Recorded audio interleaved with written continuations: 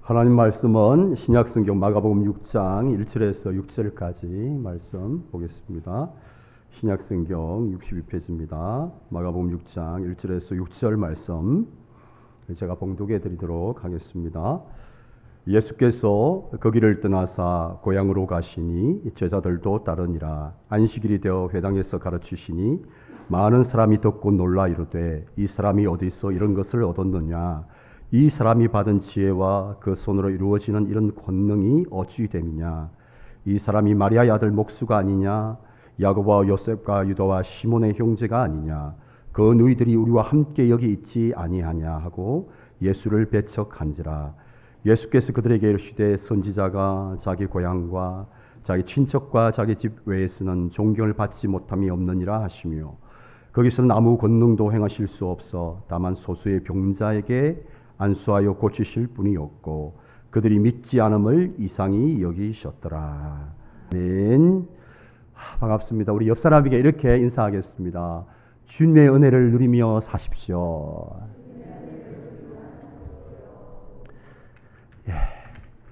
주님의 은혜를 누리며 살아가는 저와 여러분 될 수 있기를 축복합니다. 2021년 올 한 해에 가장 많이 읽힌 성경 구절이 있습니다. 혹시 어떤 구절인지 맞춰보시겠습니까? 전 세계 많은 사람들에게 읽혀진 구절이 있습니다. 전 세계에 많은 사람들이 사용하는 성경 어플이 있습니다. 이제 성경과 찬송가를 검색해 볼 수 있는 그런 프로그램이 있는데 그 프로그램 이름이 유버전이라는 프로그램이 있어요. 여기에서 조사를 해보니까 2021년 올 한 해에 전 세계 사람들이 가장 많이 읽었던 성경 구절은 이사야 41장 10절의 말씀이라고 그래요. 그러면서 이 유버전을 창립하신 이 바비 그르놀드 목사님은 이 일에 대해서 이렇게 분석을 했습니다. 2021년도에 전 세계 사람들이 가장 큰 어려움이 코로나19였습니다. 그래서 많은 사람들이 코로나19라는 어려운 시간을 지나면서 무엇보다도 주님의 능력이 필요했고 그 주님의 능력을 통해서 소망과 또 평안을 구했다는 것을 이것이 보여준다. 그렇게 이야기를 했습니다. 우리가 힘들고 어려운 시간을 지날 때 무엇보다 필요한 것은 구원자 되시는 주님의 능력을 체험하는 것입니다. 구원자 되시는 하나님의 그 구원을 우리가 체험하는 것이죠. 하나님의 은혜를 우리가 경험하는 거예요. 우리 집사님이 찬양한 것처럼 우리는 주님의 은혜 없이는 살아갈 수 없는 인생들입니다. 그래서 힘들고 어려운 때에 주님이 우리에게 베풀어 주시는 그 은혜가 무엇보다도 필요한 것이죠. 이사야 42장 10절의 말씀은 제가 좋아하는 성경 구절 중에 또 한 구절입니다. 저는 개인적으로 제가 이제 광야의 시간을 지날 때에 이 이사야 41장 10절의 말씀을 붙들고 막 울기도 하고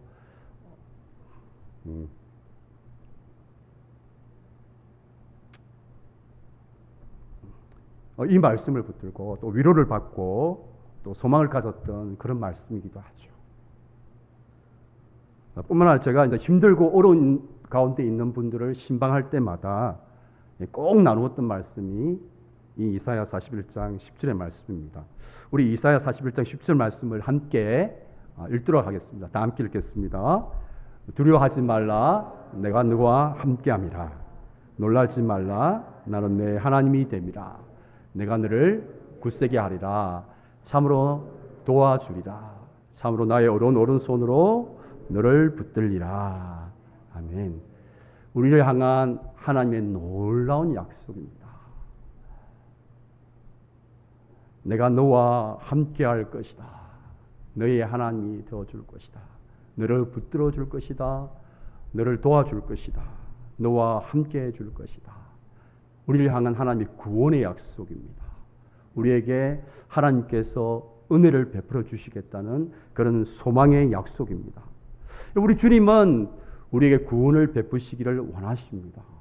그래서 주님께서 친히 인간이 되셔서 십자가에서 우리에게 가장 놀라운 은혜를 베풀어 주셨습니다. 그 은혜가 어떤 은혜입니까? 구원의 은혜예요.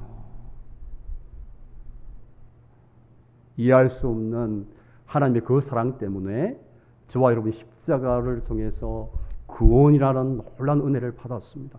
뿐만 아니라 더 놀라운 것은 이제 구원을 받고 하나님의 자녀가 된 저와 여러분이 이 세상을 살아가는 삶 가운데 끊임없이 우리의 삶 가운데 은혜를 베푸시는 분이 바로 저와 여러분의 주님이십니다. 여러분 믿습니까? 이런 주님이시란 말이에요. 자, 그런데 안타까운 것은 이런 주님이 베푸시는 이 놀라운 은혜를 하나님의 자녀인 저와 여러분이 누리지 못하며 살아가는 일들이 일어나고 있는 거예요. 오늘 본문의 5절 말씀 보니까 이렇게 이야기를 하고 있습니다. 함께 읽겠습니다. 거기서는 아무 권능도 행하실 수 없어 다만 소수의 병자에게 안수하여 고치실 분이었고, 거기서는 아무 권능도 행하실 수 없어 이렇게 말씀하고 있습니다. 여기서 거기는 예수님의 고향인 나사렛 동네입니다. 이 나사렛 동네에서 예수님께서는 아무런 권능을 행하실 수 없었다 그렇게 말씀합니다. 물론 예수님께서 능력이 부족해서 은혜를 베푸시지 아니한 것이 아닙니다. 예수님은 우리가 아시는 것처럼 전능자 되시는 분이십니다. 메시아 되시는 분이십니다. 그분은 말씀 한마디로 얼마든지 가능케 하실 수 있는 분이십니다. 돌을 떡으로 만드실 수 있는 분이시고 귀신을 쫓아내실 수 있는 분이시고 친히 바다 위를 걸으실 수 있는 전능자 되시는 주님이십니다. 그 주님이 뭐가 능력이 부족해서 그렇게 능력을 행하지 않았다고 그렇게 적었겠습니까? 우리가 5장 말씀에 보시면 예수님께서 베푸셨어요. 우리가 잘 아는 것처럼 이곳에서 어떤 사건이 있었는가? 예수님께서 죽어가는 해당장 야이로의 딸을 살리시는 능력을 행하셨어요. 또 12년 동안 혈류병으로 고통받고 있는 그 여인의 이 병을 고쳐주신 사건이 바로 이 가버나움에서 일어난 사건입니다. 그러니까 예수님께서는 가버나움이라는 그 장소에서는 놀라운 능력을 행하셨어요. 그들에게 은혜를 베풀어 주셨어요. 근데 오늘 예수님께서 이 자신이 자란 이 고향인 이 나사렛에서는 어떻게 합니까? 아무 권능을 행하실 수 없어. 그러니까 다른 마을에서처럼 권능을 행하시고 싶으신데 권능을 행하지 않으셨다라고 그렇게 지금 성경은 이야기하고 있는 것입니다. 여러분, 우리가 본문에서 예수님께서 왜 이 고향인 나사렛 동네에서 능력을 행하시지 않는가 질문을 던져볼 필요가 있습니다. 여러분, 조금 전까지 주님은 가버나움에서 놀라운 능력을 행하셨습니다. 그런데 여기 나사렛에서는 능력을 행하지 않으셨습니다. 여러분, 거기에는 분명한 이유가 있습니다. 왜 주님께서 이 고향인 나사렛에서는 권능을 행하시지 않는가? 이 나사렛 동네 사람들에게는 예수님께서 은혜를 베푸시기에 방해하는 장애물들이 있었다는 것을 의미해요. 예수님께서 권능을 행하시는데 방해가 되는 장애물이 있었다는 것을 의미합니다. 예수님께서 능력을 행하시고 은혜를 베푸시는데 방해가 되는 장애물이 무엇인가? 자, 첫 번째 올 장애물이 있습니다. 이 나사렛 동네의 사람들에게 주님을 만나고자 하는 이 간절함과 사모함이 없었다는 것을 보게 돼요. 그럼 함께 우리 따라서 하겠습니다. 주님을 만나고자 하는 간절함과 사모함을 가지자.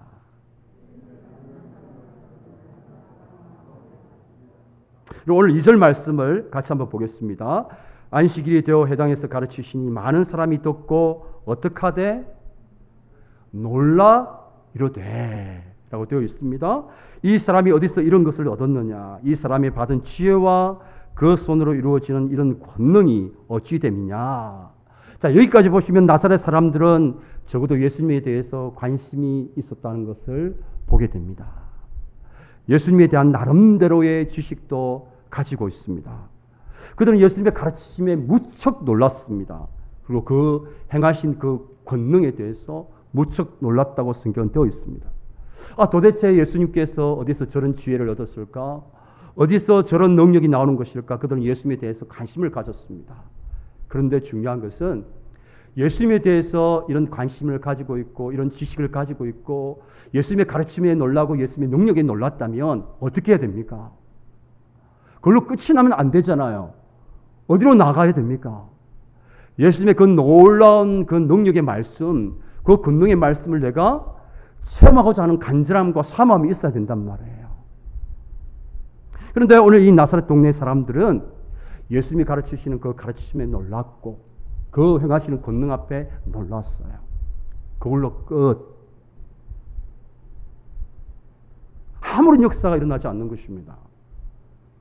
아무런 변화가 일어나지 않는 거예요. 주님의 능력과 주님의 은혜를 체험할 수가 없는 거예요. 저 그 말씀 앞에 놀랐다고 한다면, 정말 그 말씀을 통해서 은혜를 받았으면, 예수님의 그 놀라운 그 능력을 경험했다면 어떻게 해야 됩니까? 그것을 내가 경험해야 된단 말이에요. 내가 체험해야 된단 말이에요. 그런 간절함과 사모함이 있어야 돼요. 그런데 오늘 이 나사렛 동네 사람들은 그런 간절함과 사모함이 부족한 것이죠. 그리고 제가 목사로서 많은 이제 분들을 보면 왜 주님의 능력과 은혜를 체험하지 못하는가, 여러 가지 이유를 찾을 수 있지만 그 중에 한 가지는 주님의 은혜에 대한 이 간절함과 사모함이 부족함에서 나눈 것들을 보게 돼요. 말씀을 통해서 은혜를 받죠. 마음의 울림이 옵니다. 마음이 뭔가 이렇게 찬해져요. 정말 그렇구나. 공감도 되어져요. 정말 내가 그렇게 살아야 되겠구나. 정말 그렇구나. 우리 주님께서 정말 간절함을 가지고 주님 앞에 나가서 기도하는 자의 기도를 들으시는구나. 안단 말이 모르는 것이 아니에요. 근데 아는데 그걸로 끝. 말씀을 듣고 은혜를 받고 내 마음이 감동이 되었으면 어떻게 해야 됩니까? 그렇게 살아내야 되잖아요. 제가 가장 안타까운 것은 어느 집사님 저에게 찾아와서 목사님 저는 이렇게 기도 응답을 받지 못해 너무너무 속이 상해요 라고 이야기해요. 제가 한번 쭉 들어봅니다. 근데 이분의 결정적인 문제가 무엇인지 아십니까? 기도 응답을 받지 못했는데 저에게 목사님 제가 기도 응답 받지 못했어요 라고 이렇게 고민을 하소연하는데 들어보니까 이분이 기도를 하지 않았더라고요. 헐. 기도를 하지 않고 기도 응답을 어떻게 받아요? 제가 이제 이렇게 교회에서 이렇게 안타까운 마음이 드는 분들이 이런 경우가 많아요. 얼마나 주옥 같은 주님의 그 생명의 말씀을 통해서 이 나사렛 동네 사람들이 은혜를 받았어요. 그러면 그 은혜 받은 말씀대로 살아내야 주님의 살아계신 능력과 은혜를 체험하는데 그냥 은혜만 받고 그냥 그걸로 끝나는 거예요.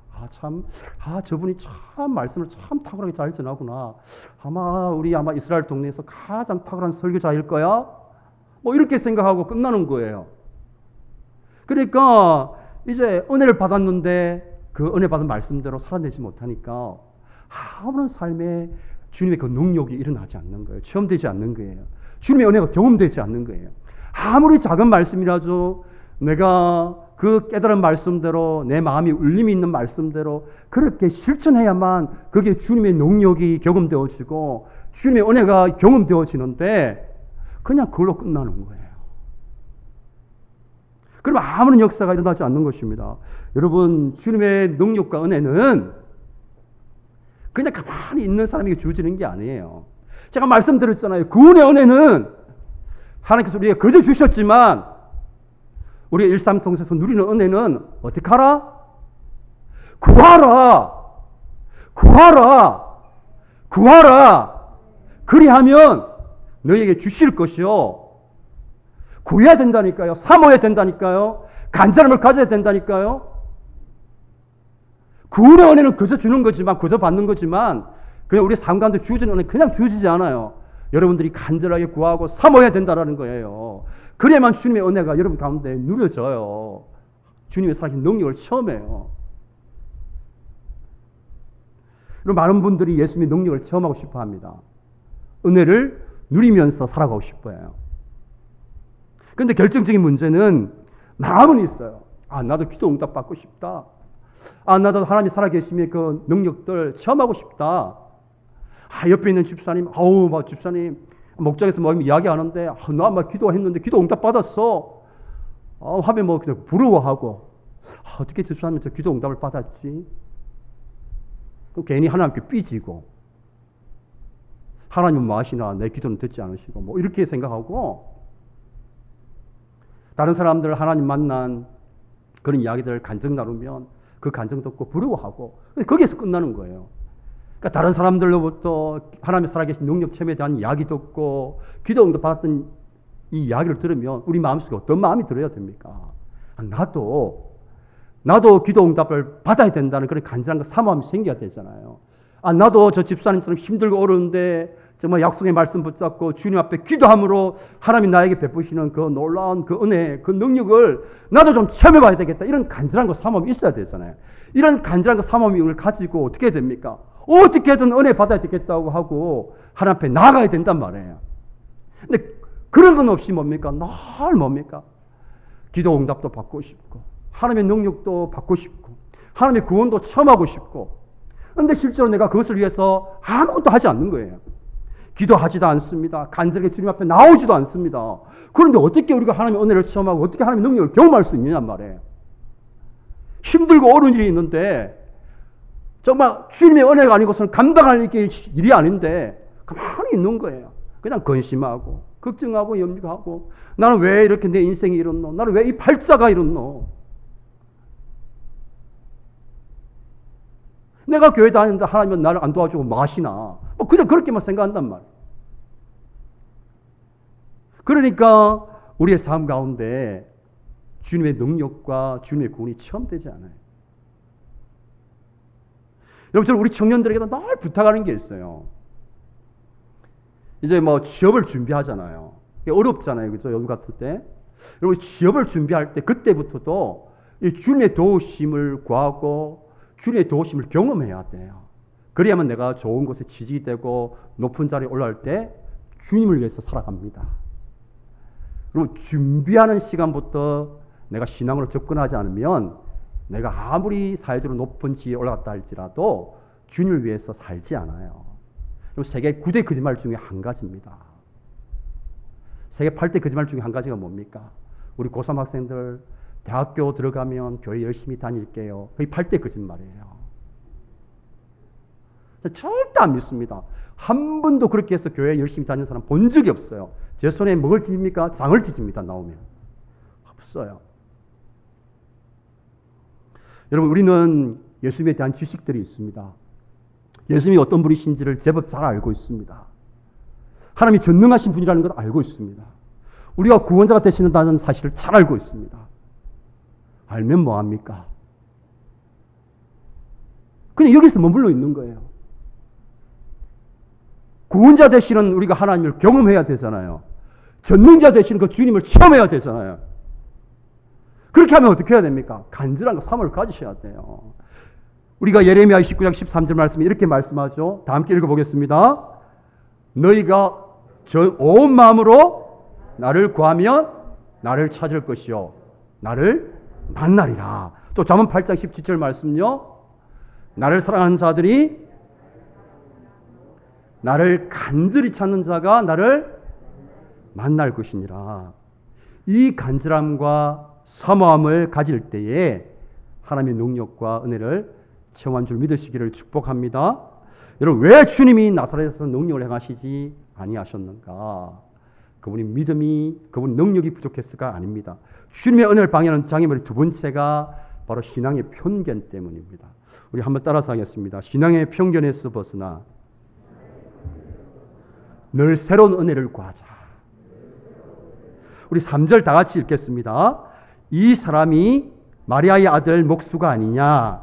야고보와 요셉과 유다와 시몬의 형제가 아니냐? 그 너희들이 우리와 함께 여기 있지 아니하냐 하고 예수를 배척한지라. 여러분, 그들은 예수님의 말씀을 듣고 어떤 반응을 보였습니까? 처음에는 관심을 가졌습니다. 처음에는 그 가르치심에 놀랐습니다. 그 능력에 놀랐습니다. 그런데 이렇게 말합니다. 이 사람이 마리아의 아들 목수가 아니냐? 당시에 이미 말씀드린 것처럼 여인들은 오늘날과는 달랐습니다. 그 당시 여인들의 그 인권이라는 것은 형편이 없었어요. 사람 취급 못 받았습니다. 여러분, 오해하시면 안 됩니다. 저는 여성들을 존중하고 사랑합니다. 제가 그렇다는 게 아니고 그 시대가 그렇다는 거예요. 그 시대가. 그래서 여성들은 사람의 수에 안 쳤습니다. 개수를 안 했잖아요.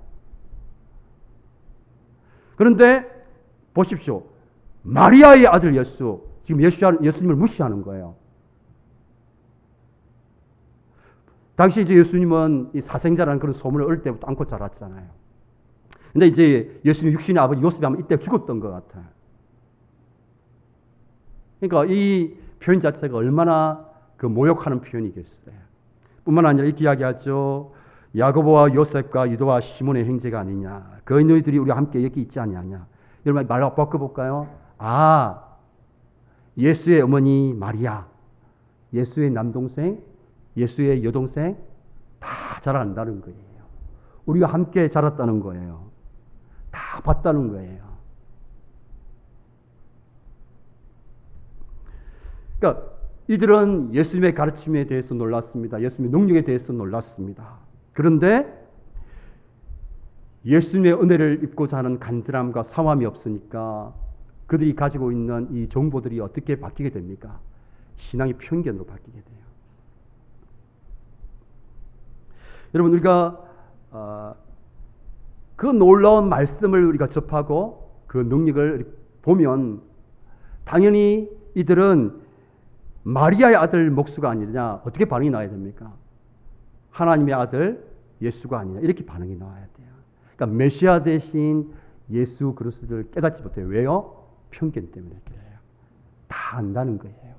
에이 예수 내가 누군지 다 아는데 그 어머니도 알고 그 형제들도 알고 그 자매들도 다 아는데 우리 어릴 때 같이 자랐는데 이런 거죠. 여러분 우리가 주님의 말씀을 듣고 은혜를 받고 감동을 받았어요. 그런데 거기에서 멈추게 되면 어떤 일이 일어나는 줄 아십니까? 우리가 받았던 말씀의 감동과 은혜가 신앙의 편견으로 바뀌게 되는 놀라운 일들이 일어나요. 내가 말씀을 통해서 은혜를 받았고 감동을 받았는데 그게 신앙의 편견으로 바뀐단 말이에요. 이 놀라운 일이죠. 너무너무 무섭고 두려운 일이에요. 제가 목사로서 사역을 하면서 안타까운 분들이 어떤 분인가 하면 이런 분들이에요. 자신의 생각에 자신의 편견에 갇혀 있어가지고 새로운 은혜를 받아들이지 못하는 거죠. 제가 이제 금연해요. 집사님 성경 공부 좀 하셔야죠. 제자훈련 좀 받으셔야죠. 라고 하면 이렇게 대답해요. 목사님 제가 옛날에 다 해봤어요. 다 알아요. 저는요 목사님이 설교 제목만 봐도 어떤 말씀 나눌지 다 알아요. 얼마나 그렇게 척척 대답을 다 잘하시는지. 그러면 하나님이 주시는 새로운 은혜를 경험할 수가 없어요. 자기 이 생각에 갇혀 있는 거예요. 자기의 신앙의 편견에 사로잡혀 있는 거예요. 여러분 주님이 우리에게 주시는 은혜는 늘 새롭습니다. 여러분 믿습니까? 새롭게 우리에게 은혜가 다가와요. 여러분 제가 목사인데 어떻게 말씀이 저에게 늘 새로울 수가 있습니까? 제가 늘 하는 게 뭡니까? 말씀 보는 거예요. 여러분 저보다 말씀 많이 보시는 분 계세요? 저는 일주일 내내 말씀을 봅니다. 말씀을 연구합니다. 말씀이 저한테 새로울 수가 있겠습니까? 책 보면 아는데 돗자리 없어도 다 아는데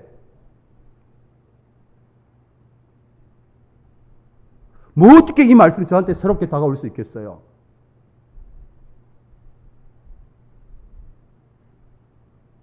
여러분 그런데 저는 말씀을 읽을 때마다 늘 새롭게 깨닫게 해주시는 말씀의 은혜가 있어요.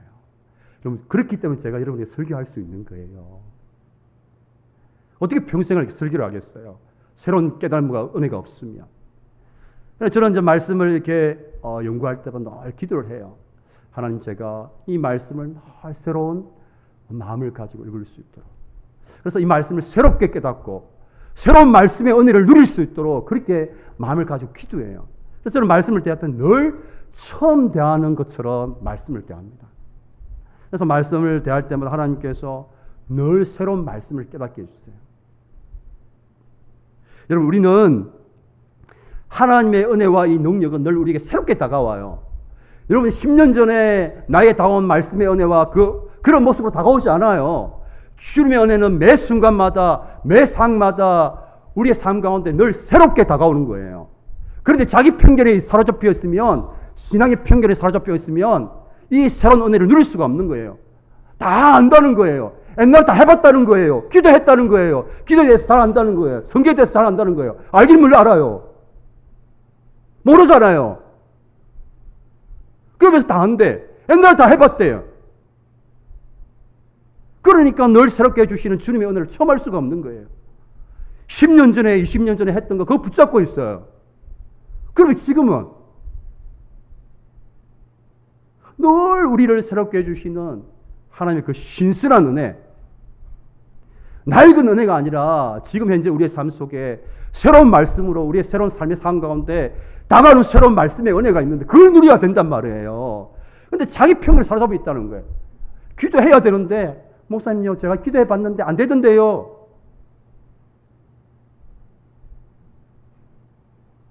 성경 공부하자고 하면 옛날에 다 해봤는데요 뭐.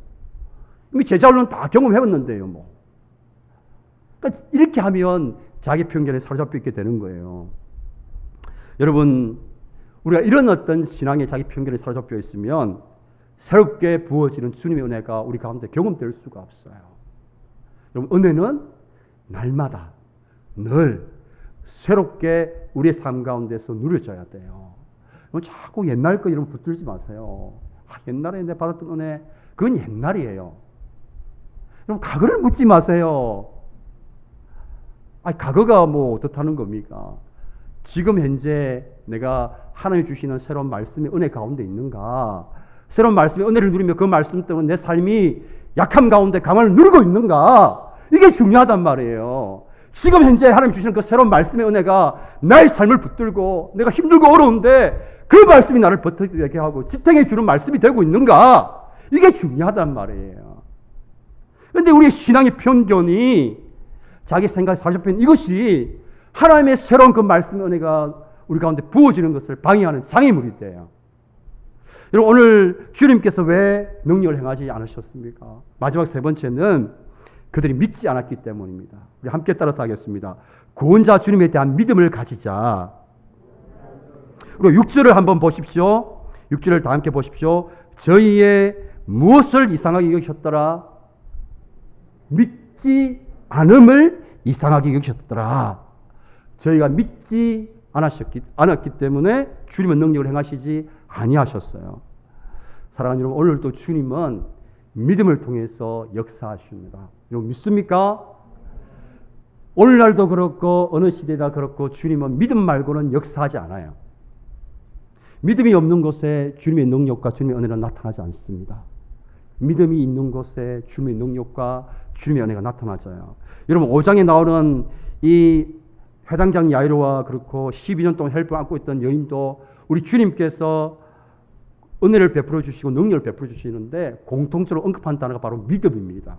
자, 우리가 마가복음 5장 34절 말씀을 같이 보겠습니다. 예수께서 이르시되 따라 내 무엇이 믿음이 너를 구원하였으니. 5장 36절 말씀 보십시오. 예수께서 그 하는 말을 곁에서 들으시고 회당장에 이르시되 두려워하지 말고 어떻게 하라? 믿기만 하라. 그러니까 이 두 사람은 히브리서 11장 6절 말씀처럼 주님만이 내 문제의 유일한 해결자가 되시고 구원자 되시는 사실을 믿고 주님 앞에 나와서 그 은혜를 간절하게 삼하고 체험하고 있는 거예요.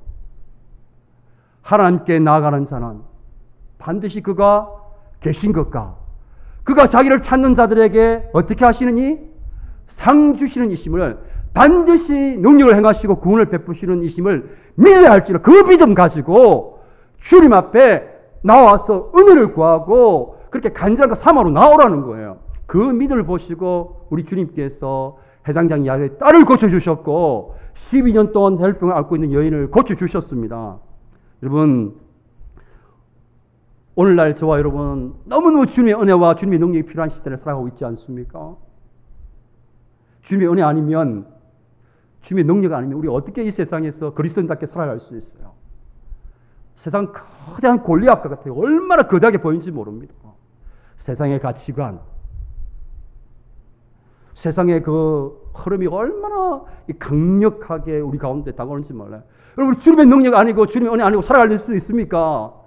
주님의 능력과 은혜가 필요하잖아요. 그러기 위해서 무엇보다도 정말 이 주님의 은혜와 능력을 내가 체험하고자 하는 간절한 사모함이 있어야 됩니다. 여러분 주님의 은혜와 능력은 과거에 어느 한 시절 받았던 것으로 끝나는 게 아니에요.